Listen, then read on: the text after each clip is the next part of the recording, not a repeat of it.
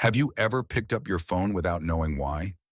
No notification, no purpose, just habit.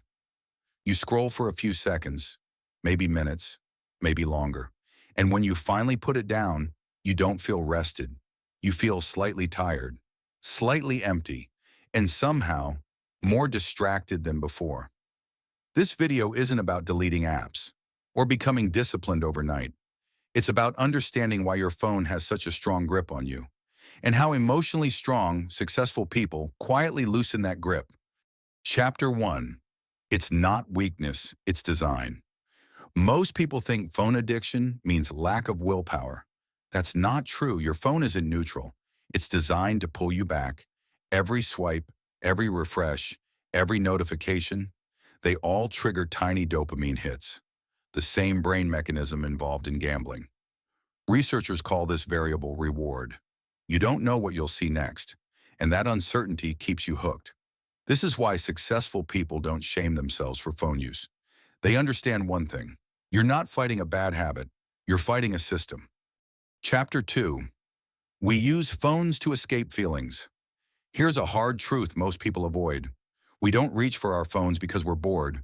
We reach for them because we're uncomfortable, lonely, anxious, overwhelmed, uncertain. The phone becomes a safe place where nothing is required from you, where no one expects anything, where you don't have to sit with your thoughts.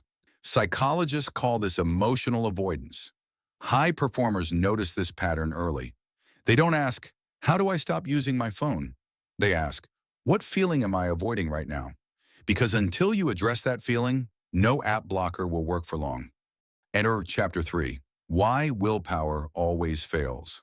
Most people try to quit phone addiction like this. I'll use less tomorrow. I'll be more disciplined. I'll just stop.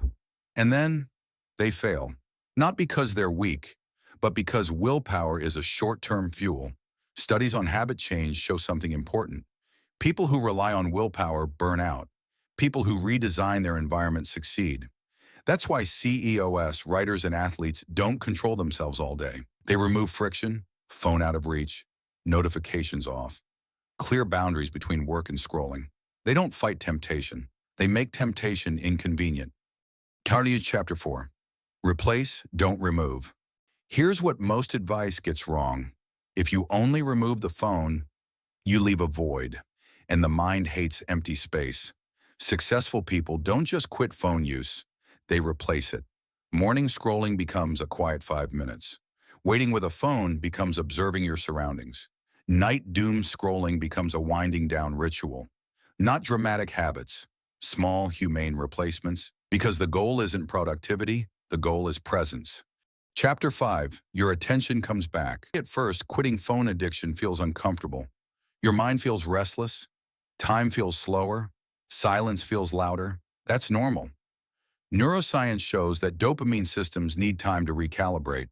But after a few days and focus deepens, thoughts become clearer. Small things feel satisfying again. This is why many successful people say, "I didn't gain discipline. I regained attention." Conclusion. Your phone isn't evil. It's a tool that quietly took more space in your life than it deserved. Quitting phone addiction doesn't mean rejecting technology. It means choosing your life over endless stimulation. You don't need to disappear. You don't need to become extreme. You just need to ask one honest question.